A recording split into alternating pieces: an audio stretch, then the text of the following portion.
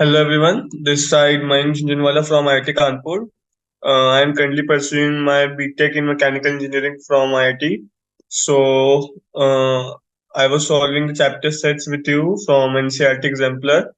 So we had done till question number 14 and now let's move on to question number 15th.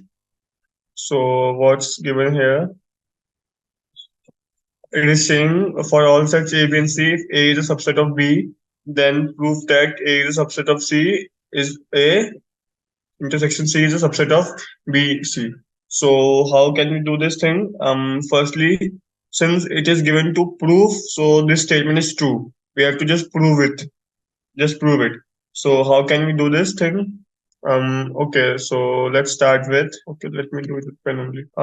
What I will say. Let's say I am assuming let an element X belongs to A intersection C.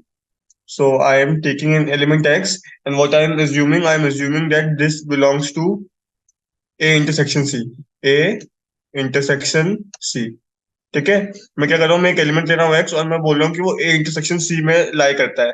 तो अब मुझको prove करना है कि A intersection C B intersection C का subset है। ठीक है, अब इसका मतलब AX जो है A इंटरसेक्शन C में लाई करता है, इसका मतलब क्या हुआ?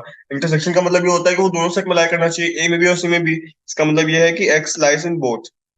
इसका मतलब X belongs to A also and X belongs to C also and X belongs to C also। ठीक है, यहाँ बीच में एंड आएगा और नहीं आएगा, ठीक है ना, यहाँ पे बीच में एंड आएगा। तो मतलब एंड लिख देता हूँ मैं, एक बार ऐसे भी करता हूँ, ठीक है। तो एक्स दोनों में बिलोंग करता है। अब मुझे क्या प्रूफ करना है? मेरे को दिया हुआ है क्वेश्चन में कि मेरे को क्वेश्चन में क्या दिया हुआ है? मेरे क्वेश्चन में दिया हुआ है कि A is a subset of B. A अगर बी का सबसेट है, इसका मतलब जो एलिमेंट्स ए में है वो बी में तो है ही। तो अगर मेरा एक्स ए को बिलोंग करेगा तो मतलब मेरा एक्स बी को भी बिलोंग करेगा। इसका मतलब क्या हुआ? इसका मतलब ये हुआ कि मेरा एक्स जो है वो बी को भी बिलोंग करेगा। X belongs to B also, क्योंकि एक्स ए को बिलोंग कर रहा है और ए बी का सबसेट है तो वो बी को भी बिलोंग करेगा। तो इसका मतलब क्या हुआ? X belongs to B and X belongs to C. ये तो मैंने पहले ही बता दिया था आपको, ठीक है। तो ये अपन ने इतना लिख लिया, X belongs to B and X belongs to C. अब इस दोनों का वापस क्लब करके लिखेंगे। अपन लोग इस स्टेटमेंट से इस स्टेटमेंट पे आए थे, अब अपन लोग इस स्टेटमेंट से वापस इस टाइप के स्टेटमेंट में जाएंगे। तो कैसे जाएंगे? अपन लोग लिखेंगे एक्स बिलोंग्स टू, क्योंकि वो बी में भी लाई कर रहा है सी में भी लाई कर रहा है, इसका मतलब x belongs to B intersection C. Intersection का मतलब क्या होता है? दोनों में लाई कर रहा है, क्योंकि वो बी में भी और सी में भी है, इसका मतलब x belongs to B intersection C. तो बस फिर अपन ने प्रूव कर दिया, क्योंकि वो इसमें भी लाई कर रहा है इसमें भी लाई कर रहा है। इसका मतलब क्या हुआ? इसका मतलब ये हुआ कि ए intersection C is a subset of B intersection C, hence proved। ठीक है, मैंने क्या किया? मैं स्टेटमेंट्स को लेके चला। मैंने एक माना कि एक्स इसमें लाई करता है, फिर इससे मैंने एंड वाला स्टेटमेंट लिखा, क्योंकि ए में लाई करा तो वो बी में भी लाई करेगा, क्योंकि वो उसका सबसेट है। वहां से फिर अपन इस पे आए, तो क्योंकि अगर एक्स इसमें भी लाई करा है तो इसमें भी लाई करा है, इसका मतलब क्या हुआ? इसका मतलब ये हुआ कि ए इंटरसेक्शन सी जो है वो बी इंटरसेक्शन सी का सबसेट है। ठीक है, तो आई होप समझ में आया होगा। आगे चलते हैं। क्वेश्चन नंबर 15 था ये। Let's move on to question number 16। Question number 16, ठीक है। तो क्वेश्चन नंबर 16 में क्या बोला है? अपने को दिया हुआ है इसमें बस अपने को ऊपर वाले में इंटरसेक्शन प्रूफ करना है, इसमें अपने को यूनियन प्रूफ करना है। कैसे प्रूफ करेंगे? वैसे प्रूफ करेंगे, कोई भी एक कंडीशन चल लो। Let's say X belongs to A union C. ठीक है, पहले मैंने इंटरसेक्शन माना था, मैं यूनियन मानूंगा कि मेरे को यूनियन प्रूफ करना है। इसका मतलब क्या हुआ? यूनियन का मतलब होता है और। इसका मतलब एक्स बिलोंग्स टू ए और यूनियन है ना, यूनियन का मतलब किसी एक में होगा तो भी चलेगा, दोनों में भी हो सकता है या फिर किसी एक में होगा तो भी, इसका मतलब यही होता है यूनियन का मतलब। ठीक है, एक्स बिलोंग्स टू ए और एक्स बिलोंग्स टू सी, या दोनों में भी हो सकता है, और का मतलब वो होता है। ठीक है, अब वापस वही बात है, क्योंकि ए बी का सबसेट है तो मतलब एक्स बी में भी लाई करेगा। इसका मतलब x is also lies in set B. ठीक है, तो बाकी स्टेटमेंट में ऐसे कैसे लिख देता हूँ, एक्स बिलोंग्स टू सी। ठीक है, अब एक्स बिलोंग्स टू बी और एक्स बिलोंग्स टू सी को मैं वापस क्लब करूंगा। क्लब करूंगा तो किस में जाऊंगा? यूनियन में जाऊंगा वापस। इसका मतलब मेरा x belongs to B union C. वापस मैंने प्रूफ कर दिया कि अगर एक्स ए यूनियन सी में लाई कर रहा है तो एक्स बी यूनियन सी में भी लाई करेगा। ये तो मुझे प्रूफ करना था। Hence A union C is a subset of B union C. ये मुझे प्रूफ करना था, मैंने प्रूफ कर दिया। ठीक है, इसमें आप चाहे तो यहाँ पे वो भी लगा सकते हो ब्रैकेट, मतलब ऐसे, ताकि कंफ्यूजन ना हो। ठीक है, ये मुझे प्रूफ करना था, वैसे मैंने प्रूफ कर दिया। मैंने सेम वैसे ही किया जैसे मैंने पिछले वाला किया था। बस पिछले वाले में मैंने इंटरसेक्शन माना था, इसमें मैंने यूनियन माना है, जो मुझे प्रूफ करना था। ठीक है, so this was our question number 15th 16th। Now moving on to question number 17th। 17th में क्या बोला है? For all sets A B and C, if A is a subset of C and B is a subset of C, then prove that A union B is a subset of C. नहीं नहीं, ये अपने को हाँ proof करना है। तो इसमें वापस वैसे लेके चलते हैं, कोई एक कंडीशन मान लो, बाकी अपने आप प्रूव हो जाती है। ठीक है, sorry. So how can we do this? Let's say I am letting that my x belongs to A union B. ऐसा मैं मान रहा हूँ, अपन लोग एक कंडीशन लेके चलते हैं जैसे मैंने बताया, और बाकी कंडीशन प्रूव करते हैं। तो I am letting that my x belongs to A union B. इसका मतलब क्या हुआ? इसका मतलब ये हुआ कि एक्स बिलोंग्स टू ए और एक्स बिलोंग्स टू बी। ठीक है, ये हुआ इसका मतलब, एक्स बिलोंग्स टू ए और एक्स बिलोंग्स टू बी। अब क्योंकि मेरे को दिया हुआ है कि जो मेरा ए है वो सबसेट ऑफ सी है, इसका मतलब मेरा जो एक्स है वो ए में अगर लाई करेगा तो सी में भी लाई करेगा। इसका मतलब मेरा X also belongs to C, X belongs to C. और यहाँ से भी मैं बोल सकता हूँ, क्योंकि मेरा बी भी सबसेट ऑफ सी है, तो यहाँ से मैं लिख सकता हूँ एक्स बिलोंग्स टू सी, क्योंकि जो चीज बी में लाई करी है वो सी में तो लाई करेगी, क्योंकि वो उसका सबसेट है इसलिए। एक्स बिलोंग्स टू सी और एक्स बिलोंग्स टू सी, इसका मतलब क्या हुआ? इसका मतलब ये हुआ कि एक्स सी में तो पक्का लाई कर रहा है। हम लोग और का मतलब क्या लेके चल रहे थे? और का मतलब ये लेके चल रहे थे क्या तो वो इसमें होगा, या तो इसमें होगा, या तो दोनों में होगा, लेकिन अपने को पक्का नहीं पता था कि वो दोनों में होगा। यहाँ से अपने ने कंडीशन निकाली, ए में लाई करेगा तो वो सी में लाई करेगा, बी में लाई करेगा तो वो सी में लाई करेगा।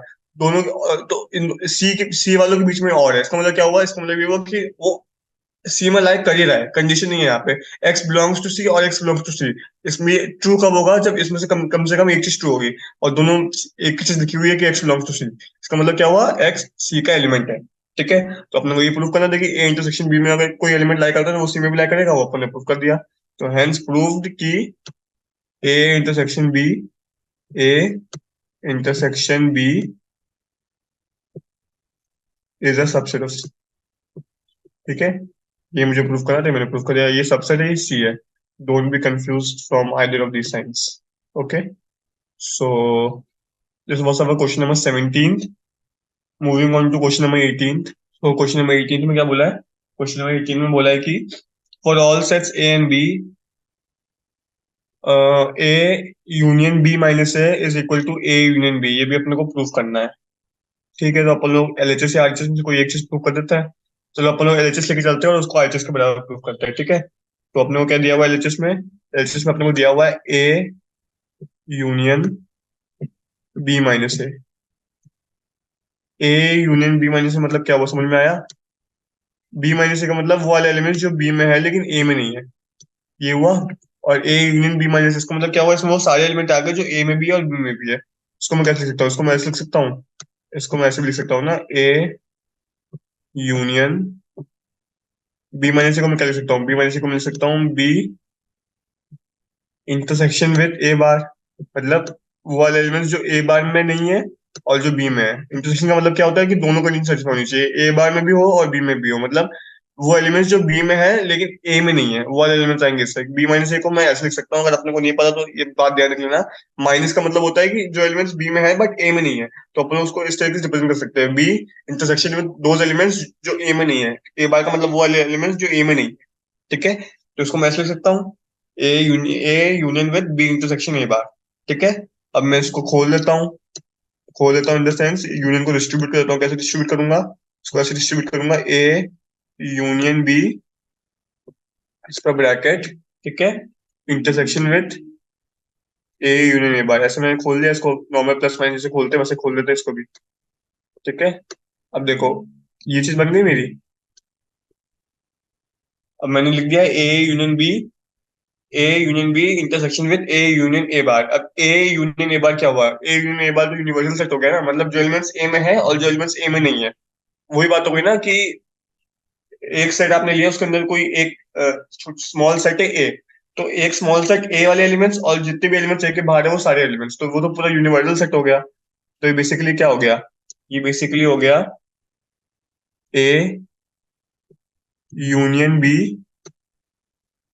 ये पी बन गया sorry, A union B and it is intersecting with universe U. इसका मतलब क्या हुआ, इसका मतलब वो एलिमेंट जो ए यूनियन बी में है और जो यूनिवर्स में है। ऑब्वियस सी बात है, यूनिवर्स में तो सारे एलिमेंट्स होते हैं। और इंटरसेक्शन का मतलब क्या होता है, इंटरसेक्शन का मतलब ये होता है कि वो वाला एलिमेंट जो दोनों में होना चाहिए। यूनिवर्स में तो सारे एलिमेंट है, तो यूनिवर्स की तो टेंशन ही नहीं है अपने को सिर्फ ए यूनियन बी में जो एलिमेंट्स है वो वाले लगेंगे इसका मतलब। क्योंकि इसमें कौन से लेते हैं, इसमें वो वाले सेट लेते हैं ना इंटरसेक्शन में, वो वाले एलिमेंट्स लेंगे जो दोनों में होंगे। यूनिवर्स में वो सारे एलिमेंट होंगे जो ए यूनियन बी में है। तो इसका मतलब इसका आंसर क्या हो गया, इसका आंसर हो गया A union B, A union B. ठीक है, और यही तो था अपना आरएचएस ए यूनियन बी, तो अपन ने प्रूव कर दिया। सिंपल अपने को सेट्स की प्रॉपर्टीज लगानी है, उससे अपना अपना क्वेश्चन सॉल्व हो जाएगा। ठीक है, so this was our question number 18th। Now moving on to 19th one. 19th में क्या बोला है, for all sets A and B A minus B is equal to A intersection B, ये मुझे प्रूव करना है। ठीक है, तो इसको वापस मैं वैसे वैसे लिखता हूँ, ए माइनस बी को मैं वापस वैसे लिख रहा हूँ, कैसे लिख रहा हूँ, ए ए माइनस ए, एक minute, this is A minus B है ना, तो इसको वापस मैं वैसे लिखता हूँ, A minus A intersection with B bar, जैसे मैंने पिछले में लिखा था ना, वैसे मैंने वापस लिख दिया। ठीक है, अब इसको मैं क्या लिख सकता हूँ, इसको मैं ऐसा भी लिख सकता हूँ ना, इसको लिख सकता हूँ वापस, मैं माइनस को वैसे कन्वर्ट कर रहा हूँ, बीच वाले माइनस को कैसे लिखूंगा, ए इंटरसेक्शन, माइनस का मतलब क्या हुआ, माइनस के बाद जो एलिमेंट है उसमें बार लगा दो और बीच में इंटरसेक्शन डाल दो, जैसे मैंने अभी किया था। तो वापस मैं वही कर रहा हूँ, A intersection with A union B का बार का होल बार। ठीक है, इसका मतलब क्या था, जो एलिमेंट्स ए में है लेकिन A union B, A intersection B bar में नहीं है, तो उसको मैंने वैसे लिख दिया, A intersection with A union B bar का बार। जैसे यहाँ पे क्या था, यहाँ पे था ए माइनस बी, मैंने क्या किया था, माइनस की जगह इंटरसेक्शन कर देता और बी में बार लगा देता, वैसे मैंने माइनस की जगह इंटरसेक्शन कर दिया और पूरे पे बार लगा दिया। ठीक है, तो ये एक प्रॉपर्टी है, इसको ध्यान रखना हमेशा। तो अब मैं बार को डिस्ट्रीब्यूट कर दूंगा, बार को डिस्ट्रीब्यूट करना आता ही होगा, तो ये कितना हो जाएगा, ये हो जाएगा ए, बाहर वाला एलएचएस रहेगा, अंदर वाला क्या हो जाएगा। एक तो मैंने आपको बताया कि जब भी अपन पूरे में बार लगाते हैं तो साइन चेंज हो जाता है, तो ये कैसे हो जाएगा, ये डी मॉर्गन थ्योरम है, ए पे आ जाएगा बार, इंटरसेक्शन बन जाएगा यूनियन, और बी के बार का बार बी रह जाएगा, तो ये हो जाएगा A intersection with A bar union B. ठीक है, तो अब वापस मैं इस इंटरसेक्शन को खोल दूंगा, मतलब डिस्ट्रीब्यूट कर दूंगा, तो it would become A intersection A bar union with A intersection B. ठीक है, चाहे तो इस पर ब्रैकेट लगा दो। अब वापस ए इंटरसेक्शन ए बार क्या हो जाएगा, ए इंटरसेक्शन ए बार हो जाएगा नल सेट, क्यों, क्योंकि पिछले में तो यूनियन था तो यूनिवर्स आ गया। अब इसका मतलब क्या हुआ, वो वाला एलिमेंट जो ए में भी होना चाहिए और ए बार में भी होना चाहिए, ये तो डेफिनेशन समझ में आ रहा है। ए बार मतलब वाले एलिमेंट जो ए में नहीं है, तो इन दोनों में तो कोई इसमें क्या लेते हैं, कॉमन एलिमेंट्स लेते हैं ना, ए बार और ए में तो कॉमन एलिमेंट होगा ही नहीं, तो इसका हो जाएगा नल सेट। नल सेट का मैं यूनियन कर रहा हूँ ए इंटरसेक्शन बी के साथ। तो आई होप समझ में आ गया होगा अब तो आपको आंसर। यूनियन का मतलब क्या होता है, वाले एलिमेंट्स जो दोनों में हो, नल सेट में तो कोई एलिमेंट नहीं है तो कोई फर्क नहीं पड़ता। इसका मतलब इसका आंसर क्या हो जाएगा, इसका आंसर हो जाएगा ए इंटरसेक्शन बी, क्योंकि यूनियन का मतलब क्या होता है, यूनियन का मतलब वो होता है कि एटलीस्ट वाला एलिमेंट किसी एक में होना चाहिए, तो इसका मतलब नल सेट में कोई एलिमेंट नहीं होगा और ए इंटरसेक्शन बी इसका आंसर हो जाएगा। तो अपने को यही प्रूफ करना था। यस, तो ये अपन ने प्रूफ कर दिया। आई होप समझ में आया होगा, कुछ नहीं कर रहा, मैं सिर्फ सेट्स के प्रॉपर्टीज यूज कर रहा हूँ and then I am getting the required answer. Okay, so moving on to question number 20। Question number 20 में क्या बोला है देखते हैं। क्वेश्चन नंबर 20 में बोला है, for all sets A and B, A minus A union B, A minus A intersection B is equal to A minus B, मुझे प्रूफ करना है। तो वापस मैं इसको वैसे लिखता हूँ, सबसे पहले तो ए माइनस ए यूनियन बी को वापस मैं वैसे लिख देता हूँ जैसे मैं अभी तक लिख रहा हूँ, माइनस को बदल दिया इंटरसेक्शन में, और ए यूनियन बी पे लगा दिया मैंने, ए इंटरसेक्शन बी पे मैंने लगा दिया बार, ए इंटरसेक्शन बी पे मैं लगा देता हूँ बार। ठीक है, तो ये मैंने कर दिया। अभी वापस मैं वही करूंगा, क्या, मैं बार को खोल दूंगा इन पे, मतलब डी मॉर्गन थ्योरम लगा दूंगा, तो ये हो जाएगा A bar intersection which change to union B bar. ठीक है, तो ये हो जाएगा A intersection with A bar union B bar. वापस अब मैं यूनियन को खोल दूंगा, मतलब डिस्ट्रीब्यूट कर दूंगा। It would become A union, bracket लगा दो चाहो तो, A union A bar union with A intersection B bar. ठीक, तो ये बन जाएगा मेरा। अब ऑब्वियस सी बात है, वापस यहाँ पे बन गया ए इंटरसेक्शन ए बार। अभी मैंने आपको बताया था ये हो जाएगा नल सेट, क्योंकि दोनों के बीच में कोई कॉमन एलिमेंट होगा ही नहीं। और इसका मैं यूनियन ले रहा हूँ ए यूनियन बी बार से। ठीक है, तो इसका मतलब इसका आंसर क्या हो जाएगा? इसका आंसर हो जाएगा ए यूनियन बी बार। अब इसको वापस मैं माइनस के फॉर्म में लिख देता हूँ, जैसे मैं अभी तक लिख रहा था। मैं क्या कर रहा था, मैं माइनस को बदल रहा था इंटरसेक्शन से, तो इंटरसेक्शन की जगह आ जाएगा माइनस, और यहाँ पे मैं लगा दे रहा बार, मतलब ए माइनस बी हो जाएगा। वही हुआ ना, जो एलिमेंट्स ए में है लेकिन बी में नहीं है, वही तो यहाँ पे लिखा हुआ है। बी बार मतलब वो एलिमेंट्स जो बी में नहीं है और ए में है, क्योंकि इंटरसेक्शन दोनों में होना चाहिए, तो इसका मतलब ये हो जाएगा ए माइनस बी के बराबर। और ये मुझे प्रूफ करना था, तो ये मैंने प्रूफ कर दिया, हेंस प्रूफ्ड। ठीक है, तो आगे चलते हैं क्वेश्चन नंबर 21 पे। क्वेश्चन नंबर 21 में क्या बोल रहा है देखते हैं। So what is question number 21 saying? Question number 21 में बोला for all sets A and B, A union B is equal minus B is equal to A minus B. Okay, तो वापस वही करेंगे जो अभी तक करते हुए आ रहे हैं। पहले माइनस को उसमें चेंज करेंगे, मतलब A union B minus minus B को मैं उसमें चेंज कर रहा हूँ, तो ये क्या हो जाएगा? ये हो जाएगा इंटरसेक्शन बी बार। ठीक, अब मैं इसको खोल देता हूँ, तो ये हो जाएगा क्या? ये हो जाएगा A intersection B bar union with B intersection B bar. ठीक है, वापस बी इंटरसेक्शन बी बार हो जाएगा नल सेट। तो यहाँ पे क्योंकि यूनियन बोला है, तो इसका आंसर हो जाएगा ए इंटरसेक्शन बी बार। ठीक है, और वापस मैं इसको नॉर्मल फॉर्म में लेता हूँ, तो intersection will change to minus sign and B bar will become B, तो this thing is equal to A minus B. ये मुझे प्रूफ करना था, ये मेरा प्रूफ हो गया। तो hence, समझ में आपको कितना जल्दी जल्दी हो रहा है। तो आपको बस इनिशियली दो तीन क्वेश्चन सॉल्व करने हैं, देन आप अपने आप गो थ्रू हो जाओगे इन सबसे, तो अपने आपको अपने आप समझ में आ जाएगा कि how to approach this type of questions. Okay, so this was our question number 21 and moving ahead to question number 22। So question number 22 में क्या बोला है अपने को? क्वेश्चन नंबर 22 में दिया हुआ है, थोड़ा डिफरेंट क्वेश्चन है। अपने को एक सेट दिया हुआ है कि which is given to us as t belongs x belongs to t, and what is the condition on x? This condition is given x plus 5 upon x minus 7 minus 5 is equal to 4x minus 40 divided by 13 minus x। मेरे को ये condition दी हुई है। पहले तो मैं क्या करता हूँ, पहले तो मैं इस कंडीशन को सॉल्व करके x की वैल्यू निकाल लेता हूँ, और अगर अपनी x की वैल्यू आ गई तो इसका मतलब मेरा सेट एम्प्टी नहीं है, और अगर x की कोई वैल्यू नहीं आ रही इसका मतलब मेरा सेट एम्प्टी है। तो अपने को बस बेसिकली x के लिए सॉल्व करना है। ठीक है, तो इसको मैं सॉल्व करता हूँ। पहले मैं ले लेता हूँ एलसीएम, तो ये हो जाएगा x plus 5, x plus 5 minus 5x। मैं बस एलसीएम लिया है, मैंने कुछ नहीं किया। Minus 5x plus 35 plus 35 divide by x minus 7 is equal to 4x minus 40, 4x minus 40 divide by 13 minus x, 13 minus x। ठीक है, अभी यहाँ पे क्या हो जाएगा? 5 प्लस 35 हो जाएगा 40, so it will become 40 minus 4x। इसको मैं मल्टीप्लाई कर दूंगा 13 माइनस x से, मल्टीप्लाइड बाय, एक मिनट एक काम करो ना, इसको रहने दो अभी, बिकॉज यहाँ पे अपने को सामने वही चीज दिख रही है तो वो कैंसिल हो जाएगा। So this thing divide by x minus 7 is equal to, मैं इसको ऐसे लिख रहा हूँ 40 माइनस 4x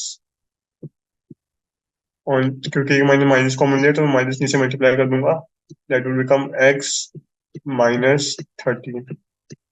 इससे क्या होगा, ये वाली चीज और ये वाली चीज कैंसिल हो जाएगी। अपने को क्या मिल जाएगा, अपने को मिल जाएगा x माइनस 13। कुछ गलती करी क्या, let me check. It will become x plus 5 minus 5x plus 35, that is 40 minus 4x, and here we are given 4x minus 40. So basically, okay, so here we were given 13 minus x, no? So something is wrong, I guess. I think here would be x minus 13 or something like that. But solving like this, we are getting x belonging to, since we are getting, okay, I think we have done one minus sign issue because here x and x will get cancelled and we will get something fishy type of equation. So I think we did some negative error, मतलब यहाँ पे x minus n की 13 minus x आएगा, सोचा मैंने multiply नहीं किया I guess. So it would become something like this, and we will get x minus 7 equal to 13 minus x. I think we've done some calculation error because otherwise x will get cancelled, and because we have a minus x आना चाहिए basically, तभी we will get some value for x and we will get 2x equal to 20.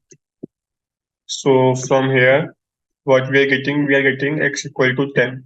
Since we are getting some value of x, because पहले अपन अगर मानते कि अपन लोग पहले से ही कर रहे हैं, तो we were getting some radical equation like minus 7 equal to 13 or something like that. It's not possible. So I think this one is right. Might be some error with the question. Here it would be x minus 13 or something like that. So since we are getting value of x, so t is not an empty set, and why t is not an empty set? Because we are getting some value for x. So this is the justification for the answer that t is not empty. Okay. So leave this question because there's some issue here. I guess. Moving on to next one. Question number 23. Question number 23. Okay. So what's there in question number 23? These are from long answer type questions. So moving ahead, like A, B, and C be sets, then show that A intersection B union C is equal to A intersection B union A intersection C. Okay, तो अपने को ये दिखाना है। तो ये वैसा ही अपन ऊपर कर देते हैं, जस्ट ये थोड़ा सा लंबा जाएगा क्योंकि इसमें अपने को एलएचएस और आरएचएस प्रूव करना है। तो इसको मैं कैसे करूं, इसको मैं वैसे करता हूं जैसे मैं ऊपर वाले कर रहा था। I am taking let x belongs to, let x belongs to A intersection B union C. ठीक है, A intersection B union C में लाई करता है, ये मैंने माना। इसका मतलब क्या हुआ, इसका मतलब ये हुआ कि मेरा x belongs to A, ठीक है, x belongs to A and x belongs to B union C, ये हुआ इसका मतलब। तो अब इसका मतलब क्या हुआ, इसका मतलब ये हुआ कि x belongs to A and इसको मैं खोलूंगा तो कैसे खोलूंगा, x belongs to B और x belongs to C, ठीक है। तो this would be something like that. इसका मतलब क्या हुआ, इसका मतलब ये हुआ कि x belongs to A, क्योंकि एंड का मतलब होता है इंटरसेक्शन, इसका मतलब x belongs to A intersection B, या फिर मतलब और x belongs to, वैसे खोल रहा हूँ क्लब कर रहा हूँ, ठीक है, A इंटरसेक्शन C, क्योंकि बीच में एंड लगा हुआ है ना, एंड मतलब इंटरसेक्शन। तो मैं बेसिकली इसी को सॉल्व करते हुए आगे आ रहा हूँ। तो वापस और का मतलब होता है यूनियन, तो इसको वापस मैं क्लब कर देता हूँ। इसका मतलब क्या हुआ, इसका मतलब ये हुआ कि x belongs to A union intersection B, और का मतलब होता है यूनियन A इंटरसेक्शन C, ठीक है। अब देखो अपन को यही तो प्रूफ करना था, A intersection B union A intersection C, वो अपने प्रूफ कर दिया। तो अपन ने एक तरफ प्रूफ कर दिया क्योंकि मैं एक तरफ लेके चल रहा था। अब मेरे को ऐसे भी प्रूफ करना पड़ेगा कि मेरे को इक्वल टू प्रूफ करना है ना। तो बेसिकली मैंने लिया कि इसका एलिमेंट है तो इसका एलिमेंट होगा, लेकिन अब मेरे को ये लेना पड़ेगा कि अगर इसका एलिमेंट है तो इसका एलिमेंट भी होगा। तो मेरे को बोथ साइड प्रूफ करना पड़ेगा क्योंकि बीच में इक्वल टू साइन बना हुआ है, मतलब इफ एंड ओनली किसी टाइप की कंडीशन है। तो मैंने एक साइड प्रूफ कर दिया, अब मैं दूसरी साइड प्रूफ करता हूँ। तो लेट्स से इस बार मैं वाई लेता हूँ। Let's some element y belongs to our RHS, मतलब y belongs to A intersection B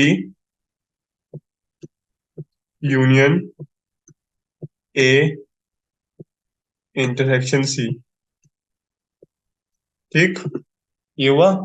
अब इसमें मैं क्या करूंगा, इसका मतलब यूनियन का मतलब होता है बीच में और, इसका मतलब y belongs to A union B और y belongs to A union C। ये हुआ मतलब। अब इसको वापस खोल दूंगा, इसका मतलब क्या हुआ, इसका मतलब वो y belongs to A और y, सॉरी, और y बिलोंग्स टू बी। ठीक है, सिमिलर वे में मैं इसको भी खोल दूंगा और, ओह सॉरी, बीच में इंटरसेक्शन है, मैंने और लिख दिया एंड होगा यहाँ पे। To worry make it and और y belong A and y belongs to C. ठीक है, सो दिस वे। अब मैं वापस को क्लब कर दूंगा। कैसे करूंगा, इसका मतलब क्या हुआ, क्योंकि दोनों में y बिलोंग्स टू ए तो है तो मैं उसको कॉमन ले लेता हूँ। इसका मतलब क्या हुआ, y belongs to A and bracket y belongs to B और y बिलोंग्स टू सी। ठीक है, समझ में आ रहा होगा मैं क्या कर रहा हूँ। अब बस इसको मैं उस फॉर्म में लिखता हूँ, मतलब इसका मतलब क्या हो जाएगा, y belongs to A and y belongs to, और का मतलब होता है यूनियन b यूनियन c। तो बस अब मैं एंड खोल लेता हूँ। एंड का मतलब होता है इंटरसेक्शन, मतलब y belongs to A intersection with b union c। अब देखो, मेरा एलएचएस यही था ना, A union B intersection C. तो मैंने ये भी प्रूफ कर दिया, समझ में आया। बीच में इक्वल टू है, इसका मतलब ये हुआ कि अपने को दोनों तरफ प्रूफ करना है। तो मैं पहले एक बार आरएचएस लेके चला, मैंने एलएचएस प्रूफ किया, और एक बार मैं एलएचएस लेके चला, मैंने आरएचएस प्रूफ किया। सिंस बोथ साइड्स प्रूव हो रहा है, इसका मतलब अपन ने प्रूफ कर दिया है कि ये वाली आइडेंटिटी होल्ड करती है, which is distributive property. Okay, so from here we have proved this distributive property. So now moving on to next question, question number 24। ठीक है, सो क्वेश्चन नंबर 24 पे चलते हैं। क्वेश्चन नंबर 24 में क्या बोला है,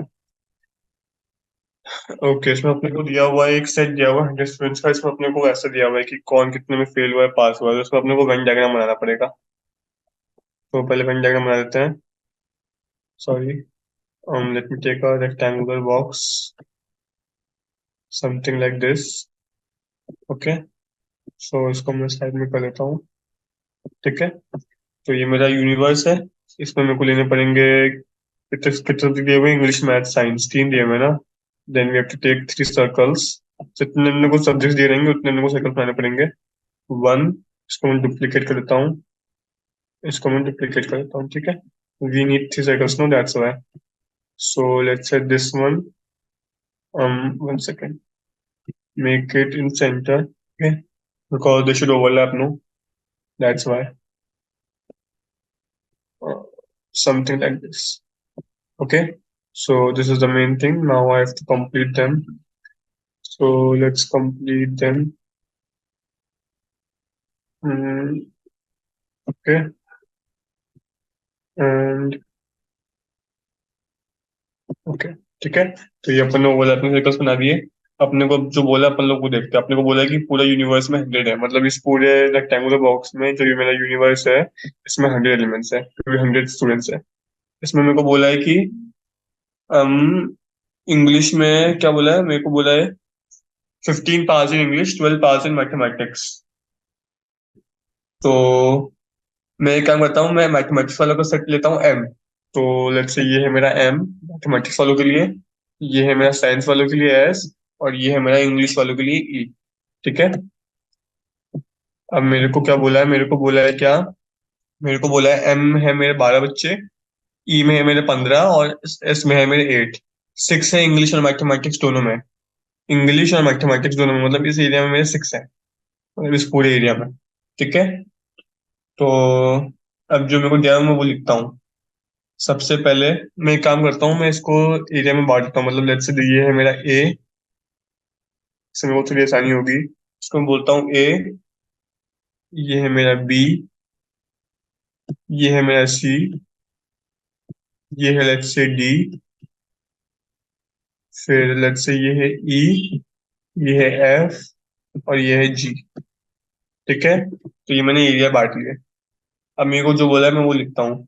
सबसे पहले ए, मतलब मैं लिखता हूँ ए क्या रिप्रेजेंट कर रहा है। A is representing what, A is representing elements, मतलब एन, जो इंग्लिश में भी और मैथ्स में भी और साइंस में तीनों में पास हुए हैं। मतलब एन रिप्रेजेंट्स दो students who pass in English and, and का मतलब होता है इंटरसेक्शन, मतलब इंग्लिश में एंड मैथ्स में एंड साइंस में, तीनों में पास हुए हैं। ठीक है, ये है मेरा ए। और ये कितने बच्चे हैं ऐसे, 4 इन ऑल थ्री, मतलब ये हो जाएगा 4 के बराबर, मतलब ए मेरा 4 के बराबर है। ठीक है। फिर अभी जो मेरा डी है वो है, या फिर ए प्लस डी है, वो वाले बच्चे हैं जो साइंस और मैथ्स दोनों में फंसे हुए हैं। क्योंकि ए प्लस डी जो ये वाला एरिया है, ये किसमें कॉमन है, ये साइंस में कॉमन है और मैथ्स में भी कॉमन है, क्योंकि मैं ए प्लस डी की बात कर रहा हूँ। अगर ए सिर्फ ए की बात करें तो फिर वो इंग्लिश में भी कॉमन होता है, लेकिन ए प्लस डी दोनों में कॉमन है। तो now I am talking about students who pass in science and mathematics. वो कितने बच्चे हैं, वो है ए प्लस डी। ए प्लस डी ऐसे बच्चे हैं जो साइंस वाले में कॉमन है और मैथ्स वाले में कॉमन है। ठीक है, मैं सिर्फ ए की बात नहीं कर रहा, मैं ए प्लस डी की बात कर रहा हूँ। तो ए प्लस डी आर दो स्टूडेंट्स जो साइंस में और मैथ्स में दोनों में पास हुए, तो N belong to science and maths. ठीक है, तो साइंस और मैथ्स दोनों में पास हुए। तो ए तो मेरे को पता है 4 है, डी मुझे नहीं पता। 4 + डी इज इक्वल टू जो बच्चे साइंस और मैथ्स दोनों में पास हुए। तो साइंस और मैथ्स दोनों में पास हुए, ये मुझे दिया हुआ है कितना है, 7 इन मैथ्स एंड साइंस, तो ये हो जाएगा 7। तो यहाँ से मेरे को निकल जाएगा डी। डी कितना आ गया, डी आ गया 3। ठीक है, डी आ गया 3। तो डी कौन से बच्चे थे, डी वाले बच्चे थे मतलब ये वाले, मतलब जो मैथ्स में पास हुए और साइंस में पास हुए बस। ठीक है, ए वाले बच्चे जो मैथ साइंस और इंग्लिश दोनों में पास हुए, लेकिन डी आर दो स्टूडेंट्स जो सिर्फ मैथ्स और साइंस में पास हुए, जो सिर्फ मैथ्स और साइंस में पास हुए। ठीक है, और ये वो वाले बच्चे जो मैथ्स और साइंस में तो पास हुए ही, साथ में इंग्लिश में पास हुए। तो जो मेरे को ये डेटा दिया हुआ है ना, 7 इन मैथमेटिक्स एंड साइंस, इसमें मेरा ए प्लस डी इंक्लूडेड है और मैंने भी सिर्फ डी निकाला है। ठीक है, तो सिमिलर वे में मैं ए प्लस बी भी निकाल लूंगा। ए प्लस बी मेरे कौन से बच्चे हुए, ए प्लस बी वो वाले बच्चे हुए जो मैथ्स और इंग्लिश में पास हुए, मतलब this thing is equal to दो students who pass in maths and English, N M intersection E. ठीक है, जो मैथ्स और इंग्लिश दोनों में पास हुए। ऐसे कितने बच्चे हैं, मैथ्स एंड इंग्लिश कहाँ है, 6 इन मैथ्स एंड इंग्लिश, तो ये 6। तो ए है मुझे दिया हुआ है 4, सॉरी, ए मुझे दिया हुआ है 4, मुझे बी निकालना है, तो बी कितना हो गया, बी हो गया 2। 4 + b = 6 implies b equal to 2। ठीक है, तो मैं जो जो निकाल रहा हूँ उसको मैं सर्कल कर देता हूँ, b equal to 2, d equal to 3। Similar मैं सी भी निकाल लूंगा। सी में क्या होगा, ए प्लस सी वाले बच्चे होंगे जो साइंस और इंग्लिश में पास हुए होंगे। साइंस और इंग्लिश में कितने हुए, साइंस और इंग्लिश में इंग्लिश एंड साइंस में हुए 3, अच्छा 4, और 4 ही मेरा ए है, मतलब सी मेरा 0 हो गया। क्यों, क्योंकि मेरा ए है 4 और ए प्लस सी भी 4 ही है। इसका मतलब मेरा सी कितना हो गया, सी हो गया 0। मतलब ऐसा कोई बच्चा नहीं है जो सिर्फ साइंस और इंग्लिश में पास हुआ हो और मैथ में पास नहीं हुआ, मतलब जो साइंस और इंग्लिश में पास हुए होंगे वो मैथ्स में भी पास हुए होंगे। ठीक है, तो यहाँ से मैंने ए बी सी की वैल्यू निकाल ली। ठीक है, अभी ए बी सी, अब मैं एक किसी एक सेट को पकड़ लेता हूँ। लेट्स से मैं इंग्लिश वाले को पकड़ लेता हूँ, मतलब ए प्लस बी प्लस सी। मैं इस इंग्लिश वाले को देख रहा हूँ। ठीक है, तो इंग्लिश वाले गोले में देखना, तो उसमें क्या रखा जाएगा, ए बी सी और जी। ये वाले बच्चे हैं जो इंग्लिश में पास हुए हैं। इंग्लिश में कितने पास हुए हैं, इंग्लिश में पास हुए हैं 15। ठीक है, अब मेरे को ए बी सी की वैल्यू पता है, तो मैं जी की वैल्यू निकाल लूंगा। ए है 4, B है 2, 4 + 2 6, C है 0, तो 6 + G = 13, तो G कितना हो गया? G हो गया 7। तो वो वाले बच्चे जो सिर्फ और सिर्फ इंग्लिश में पास हुआ, किसी में पास नहीं हुआ, क्योंकि वाला जी वाला सेक्शन है ना जो सिर्फ इंग्लिश का है, वो उसमें ना साइंस आ रहा है ना मैथ्स आ रहा है। तो सिर्फ जो इंग्लिश में पास हुआ वो वाले बच्चे हैं 7। तो ऐसा मुझसे कोई पूछा था कोई सवाल, ऐसा मुझसे नहीं पूछा जहाँ तक तो। ठीक है, मैं आगे बढ़ता हूँ। एक काम करता हूँ, मैं इसको क्लियर कर देता हूँ ताकि थोड़ा इसी में बता सकूँ, ताकि फिर आपको दिक्कत ना हो। सॉरी। ठीक है, तो let me clear this part. Okay, तो मैंने ये निकाल लिया, मेरा G7 है। इसमें एनी 15 दिया हुआ है क्या? 15 दिया हुआ है, तो G9 हुआ ना, सॉरी। तो वही G = 9। ठीक है, अभी मैं एक काम करता हूँ। अब मैं कोई और ले लेता हूँ, मैं ले लेता हूँ ए। अब मैं इस वाला ले लेता हूँ, साइंस वाला। तो लेट्स से मेरा A + C +D +F, ये मेरा साइंस वाला हुआ। साइंस में कितने पास हुए हैं? साइंस में हुए हैं, साइंस में हुए हैं कितने? 8। तो दिस थिंग इज = 8। अब मुझको पता है कि मेरा ए की वैल्यू थी 4, ए की वैल्यू है 4, और सी की वैल्यू 0 है, डी की वैल्यू 3 है, तो 4 + 3 7। यहाँ से मेरा एफ निकल आएगा। एफ कितना हो जाएगा? एफ हो जाएगा 1। ठीक है, तो वो वाले बच्चे जो सिर्फ साइंस में पास हुए हैं वो हो जाएंगे 1। तो पहले पार्ट में मुझसे क्या पूछा है? दो students who pass in English and mathematics but not in science. English and mathematics मतलब इन दोनों में, बट साइंस में नहीं है। तो वो हो जाएंगे बी, क्योंकि इंग्लिश और मैथमेटिक्स में A + B आ रहा है, लेकिन ए साइंस में भी पास हुआ है, तो मेरे को चाहिए बी। बी मैंने निकाल लिया 2। तो पहले वाले का आंसर हो गया 2। सेकंड वाले में मुझसे क्या पूछा है? सेकंड वाले में पूछा है in mathematics and science but not in English, मतलब mathematics and science but not in English, तो वो हो गया डी। डी भी मैंने निकाल लिया, डी मैंने निकाला 3। फिर मुझसे पूछा इन मैथमेटिक्स ओनली, मतलब ई निकालना है मुझे। मैंने ई नहीं निकाला क्या अभी तक? ओके, ई भी मैं निकाल लूंगा कैसे? A + D + B = total. जो मैथ्स में पास हुआ वो है 12, ए है 4, डी है, डी कितना था? डी है 3, और 4 + 3 7 +2 9, और टोटल है 12, तो ई हो गया मेरा 3। ई भी मैंने निकाल लिया, ई हो जाएगा 3, मतलब थर्ड पार्ट का आंसर हो जाएगा 3। और in more than one subject only, in more than one subject only, मतलब एक से ज्यादा सब्जेक्ट में पास होने से वही वाले बच्चे बताने हैं। तो in more than one subject only कैसे बताएंगे? In more than one subject only वो हो जाएगा A + B + C + D। क्योंकि मेरे को ओनली का मतलब क्या हुआ कि वो एक सब्जेक्ट में पास होना चाहिए। In more than one subject only मतलब हो सकता है वो तीनों में पास हुए, हो सकता है वो दो में पास हुए, लेकिन एक में पास होना चाहिए। तो वो कौन सा हो जाएगा एरिया? वो हो जाएगा A + B + C + D वाला, क्योंकि ये वो वाले बच्चे जो कम से कम दो में पास हुए हैं। ए वाले तीनों में पास हुए हैं, लेकिन सी डी और बी कम से कम दो में पास हुए हैं ना। अपने को वही चाहिए, in more than one subject only. Last वाले पार्ट का आंसर हो जाएगा A + B + C + D, मतलब 4 + 2 6 + C तो 0 है, +D 3, मतलब +9, +6 + 3 9, तो फोर्थ पार्ट का आंसर हो जाएगा 9। ठीक है, तो आई होप समझ में आया होगा। It is not tough as such, बस आपने को थोड़ा दिमाग लगा के इसको प्रूव करना है। Okay, so moving ahead to next question. This was question number 24th, and now moving on to question number 25. Question number 25 is also in the same line. In a class of 6 students, 25 students play cricket and 20 students play tennis, and 10 students play both the games. Find the number of students who play neither. ठीक है, तो अपने को जो दिया है वो लिखते हैं। इसमें तो आई गेस जरूरत नहीं, पेन डायग्राम में भी दो ही चीजें हैं। तो टोटल स्टूडेंट कितने दिए हुए हैं? टोटल मुझे दिए हुए हैं 60। ठीक है, एन यू मुझे दिया हुआ है 60। ठीक है, फिर क्या है? फिर क्रिकेट कितना खेलते हैं? एन क्रिकेट, ये कितने दिए हुए हैं? ये मुझे दिए हुए हैं 25। ठीक है, फिर क्या बोला है मुझे? टेनिस कितने खेलते हैं? टेनिस खेलते हैं 20, तो एन टी हो जाएगा 20। ठीक, तो ये मैंने लिख दिया। मुझे क्या बोला है? मेरे को बोला है 10 students play both the games, जो दोनों खेलते हैं, मतलब एन सी इंटरसेक्शन टी, ये मुझे दिया हुआ है 10। ठीक है, और मुझे बोला है find the number of students जो दोनों नहीं खेलते, मतलब एन मुझे चाहिए एन सी बार यूनियन टी बार, मतलब जो क्रिकेट भी नहीं खेलते और टेनिस भी नहीं खेलते। ठीक है, तो इसको मैं क्या कर सकता हूँ, इसको मैं लिख सकता हूँ डी मॉर्गन लगा के।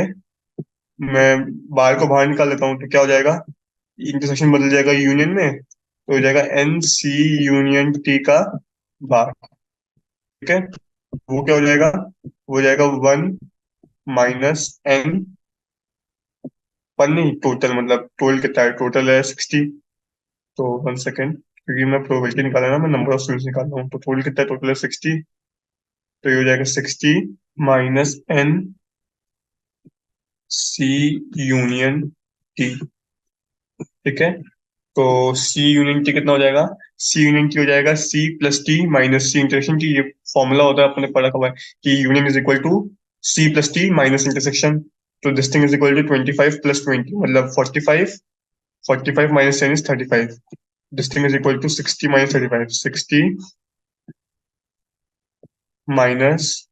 35. That thing is equal to 25. So इसका मतलब मेरा इसका आंसर कितना हो जाएगा, 25। ठीक, तो आई होप समझ में आया होगा। It was not tough, just you have to apply brain and solve this question. So this was my question number 25। Now moving ahead to question number 26। तो 26 में क्या बोला है, मुझे देखता हूँ मैं। क्वेश्चन नंबर 26 में it is saying, in a survey of 200 students of school, it was found that 120 study mathematics, 90 study physics, 70 study chemistry, 40 study mathematics and physics, 30 students this and this, 50 this and this, and 20 none. Find the number of students who study all the three subjects. Okay, तो इसको भी वैसे ही करना है, बस थोड़ा data ज्यादा है तो अपने को उस अकॉर्डिंग इसको प्रूव करना पड़ेगा। तो इसको भी वेन डायग्राम से कर सकता हूँ, चाहे मैं वैसे भी कर सकता हूँ इसको। तो क्योंकि मैंने एक वेन डायग्राम से कर दिया तो इसको मैं वैसे करके दिखाता हूँ, बाकी you can do this with Venn diagram also, या फिर मैं इसको वेन डायग्राम से ही कर देता हूँ। It would be easy for you. Let's say this is my total. Okay, then I have to draw 3 circles because I have 3 subjects. This is one. Okay,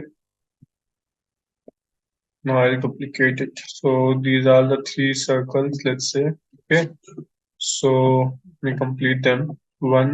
Okay, so total is 200. इसमें से let's say ये है मेरा mathematics का, ये है मेरा physics का, और ये है मेरा केमिस्ट्री का। ओके, सो 120 स्टडीज में पूरे 120 है, मतलब मुझको एनएम दिया हुआ है 120।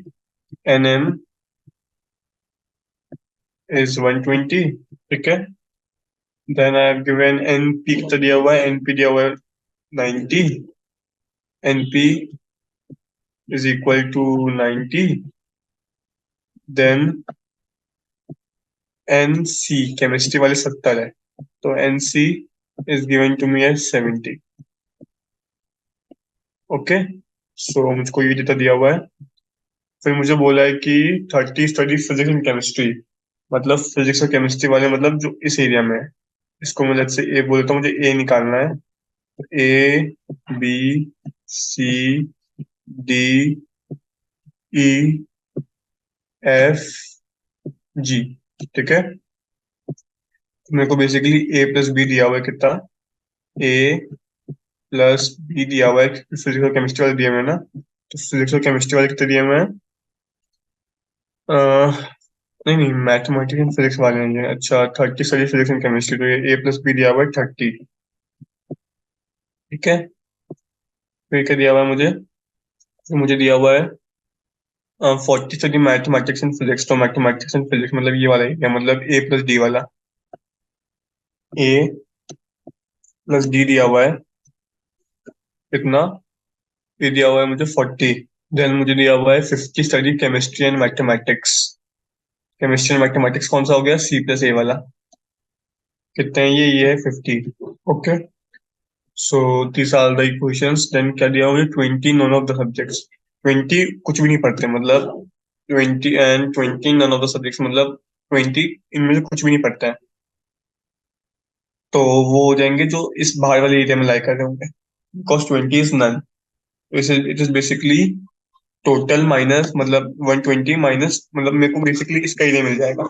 इस टोटल में कितना हो जाएंगे, टोटल में हो जाएंगे 200 माइनस 20 मतलब 180 हो जाएंगे।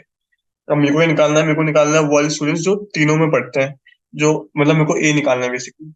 ठीक है, तो उसको मैं कैसे करूंगा? Hmm okay, so I have been given one equation कि मेरे जो टोटल है वो है 180 ना।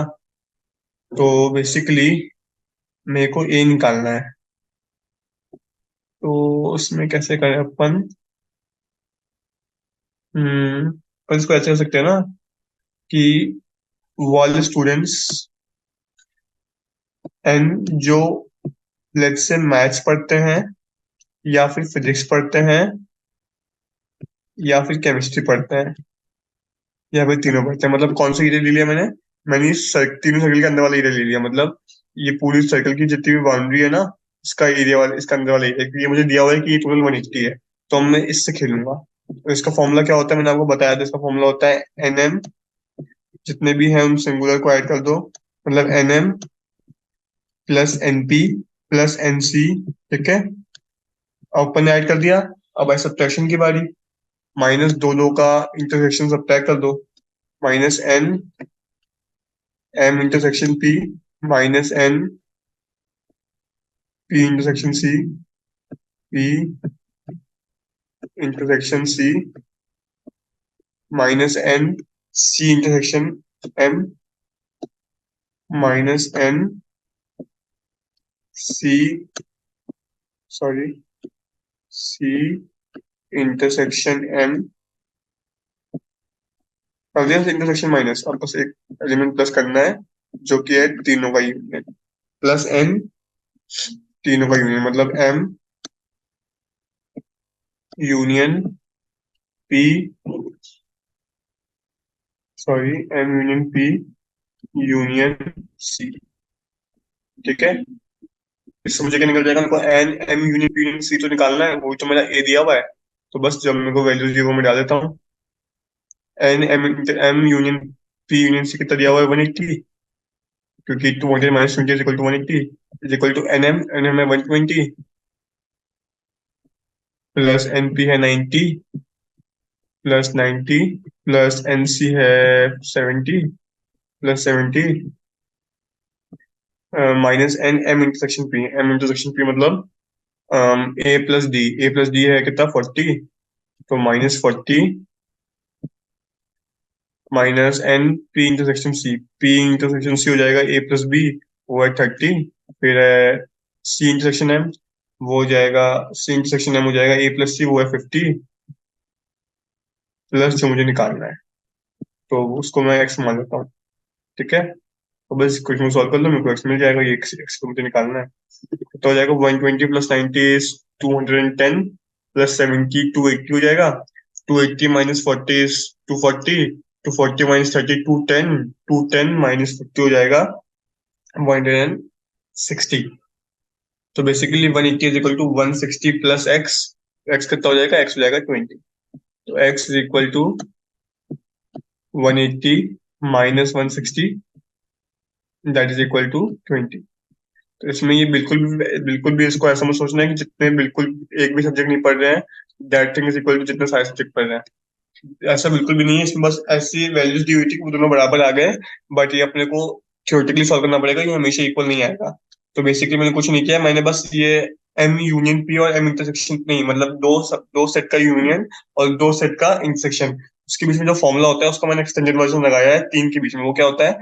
तीन का union is equal to single वालों का एडिशन माइनस डबल वालों का इंटरसेक्शन प्लस तीनों का इंटरसेक्शन। वो वाला मैंने फॉर्मूला लगाया क्योंकि मेरे को उसके हिसाब से वैल्यूज दी हुई थी, और जो मेरे को निकालना था मतलब ए, वो मैंने निकाल लिया। ठीक है, तो आई होप समझ में आया होगा। It was not tough as such, बस थोड़ा सा मतलब वही वेन डायग्राम आपको देखना आना चाहिए। Okay, so let's solve question number 27। Okay, so question number 27 is again the on the same line. Okay, let me solve question number 27. uh, Question number 27. Okay, so question number 27 में क्या बोला है? तो एक फैमिली दी हुई है, house में 10,000 लोग रहते हैं, उसमें से मुझे बोला है, क्योंकि इसमें परसेंटेज इसलिए मैं सॉल्व कर लेता हूँ ये वाला। 40% families buy newspaper A, 20% buy newspaper B, 10% buy newspaper C and 5%, मतलब वही सब डेटा दिया हुआ है। द नंबर ऑफ, वापस वही वेन डायग्राम बनाना पड़ेगा मुझे। So let's make one diagram. ठीक है, वापस वही 3 सर्कल की 3 फैमिली दी हुई है। 1, then duplicating it, then again duplicating it. Okay, so let me make it here and let me make this one here. Okay, so इसको complete कर देते हैं. I don't know why this software is not providing overlapping circles. Okay, so in this way, इसको बोलते हैं newspaper A, इसको बोलते हैं न्यूज़पेपर B एंड इसको बोलते हैं न्यूज़पेपर C. ठीक है, अब जो मुझे दिया वो लिखता हूँ, टोटल है 10,000, टोटल है 10,000. ठीक है, फिर मुझे वापस क्या पूछा है, सबसे पहले पूछा है percentage of families which bye newspaper A only, जो सिर्फ न्यूज़पेपर ए खरीदती है, मतलब मेरे को ये वाला एरिया चाहिए, ये वाला. ठीक है, तो वो क्या हो जाएगा उसका आंसर, मैं डायरेक्टली लिख रहा हूँ क्योंकि मैंने 3 4 क्वेश्चन सॉल्व कर दिए हैं. वो हो जाएगा टोटल ए वाले कितने हैं, माइनस वो वाले जो इस रीजन में आ रहे हैं, मतलब जो ए और बी वाले में आ रहे हैं, minus N A intersection B. ठीक है, फिर मेरे को सिर्फ ए वाले चाहिए ना, तो मैंने ये वाले रीजन वाले हटा दिए, जो इस रीजन में आ रहे हैं. मतलब इसको अगर मैं ए बोलूँ और इसको अगर मैं बी बोलूँ, तो मैंने ए प्लस बी को हटा दिया, इसको मैं सी बोल देता हूँ. मेरे को सी को भी हटाना पड़ेगा, तो माइनस वो वाले जो ए और सी दोनों में आ रहे हैं, minus N A intersection C. ठीक है, लेकिन अब इसमें एक दिक्कत ये हुई, इसमें एक दिक्कत ये हुई कि जो, अब मैंने क्या माइनस किया, मैंने माइनस किया बी प्लस सी. पहले माइनस किया था ए प्लस बी, तो मैंने बी 2 का माइनस कर दिया, तो मेरे को एक बार बी को ऐड करना पड़ेगा. तो बी क्या है, बी वाले हैं जो तीनों पढ़ते हैं, तो मेरे को वो एक बार प्लस करना पड़ेगा क्योंकि उसको मैंने 2 बार माइनस कर दिया है. Basically plus n A intersection B intersection C. ठीक है, तो ये फॉर्मूला बनेगा, इसमें कोई रेडीमेड फॉर्मूलाज नहीं होते, आपको वेन डायग्राम देकर बनाने पड़ते हैं. तो मुझे क्वेश्चन में एन ए दिया हुआ है 40%, so this is equal to 40 minus A union B, मतलब जो ए और बी दोनों पढ़ते हैं, वो दिया हुआ है कितना, वो दिया हुआ है 5, ए यूनियन सी दिया हुआ है 4, और जो तीनों पढ़ते हैं वो दिया हुआ है 2%. सो इसको जब मैं सॉल्व करूंगा तो कितना आ जाएगा, 40 माइनस 9 इज 31 प्लस 2 33%. फर्स्ट पार्ट का आंसर हो गया कितना, 33%. ठीक है, so this is first part. Then second part में क्या बोला है, सेकंड पार्ट में बोला है number of families which buy none of A B and C, मतलब मुझे बाहर वाला एरिया निकालना है बेसिकली. तो वो कितना हो जाएगा, वो हो जाएगा total n U universe minus जो इस सर्कल के एरिया के अंदर है. सर्कल के एरिया के अंदर क्या होता है, जो मैंने पिछले क्वेश्चन में बताया था, that is equal to A union B union C. ठीक है, ये होता है. तो अब A N A union B union C total कितना, टोटल है 10,000. Basically 10,000 minus N A union B union C कितना हो जाएगा, ये वापस हो जाएगा N A plus N B plus N C minus N A intersection B minus N B intersection C minus N A intersection C plus N तीनों का intersection, जो मैंने पहले फॉर्मूला लिखा हुआ था. तो मैं फॉर्मूला में सीधे डायरेक्टली वैल्यूज डालता हूँ. एन है, एन ए दिया हुआ है 40, एन बी दिया हुआ है 20,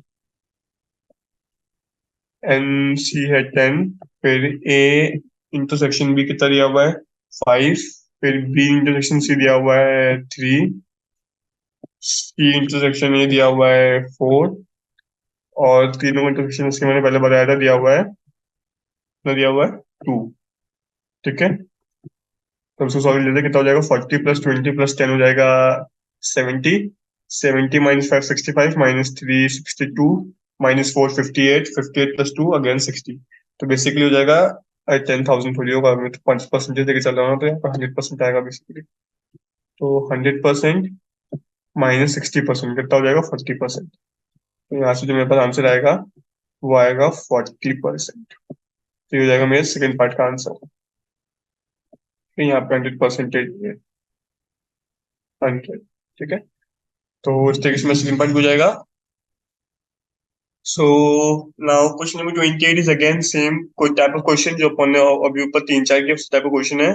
सो I am leaving this question for you exercise to solve this question because it is on the same line जैसे अपन लोग ऊपर 24, 25, 26, 27 करके आए हैं। सेम तरीके से वेन डायग्राम बना के you have to just think over it and solve this question, ठीक है। तो I think this much is enough for this session and from objective type questions अपन लोग नेक्स्ट सेशन में करते हैं। So we have solve till question number 28 and I hope समझ में आया होगा। देखो इसमें कुछ नहीं है, जो पहले वाले अपन ने क्वेश्चन सॉल्व किए थे उसमें तो अपने को जस्ट प्रूव करना था। उसमें आप if you will practice 3-4 questions you will get to know the way अपन लोग को एलएचएस को लेकर सॉल्व करना है क्या एचएस को लेकर सॉल्व करना है। अपन लोग को एक एलिमेंट लेना है एक्स, उसको अपन को एक सेट का पार्ट मानना है, फिर अपने को दूसरी चीज प्रूव करनी है। उस टाइप से अपन लोग उस क्वेश्चन को अप्रोच करते हैं, उस टाइप के क्वेश्चंस को। And then this type of questions which involves Venn diagram is also something which you have to think over it कि कौन सा एलिमेंट किस में इंटरसेक्ट कर रहा है, किस में यूनियन आ रहा है, कहाँ पे इंटरसेक्शन आ रहा है। अगर you will solve 2-3 questions then you will get an hold over it and then you can easily move ahead. So I hope समझ में आया होगा। कोई पार्ट अगर समझ में ना आया हो तो रिवर्स कर लेना वीडियो को। So I hope you have understood it and these objective type of questions we will proceed further in our next session. So okay then, bye till then.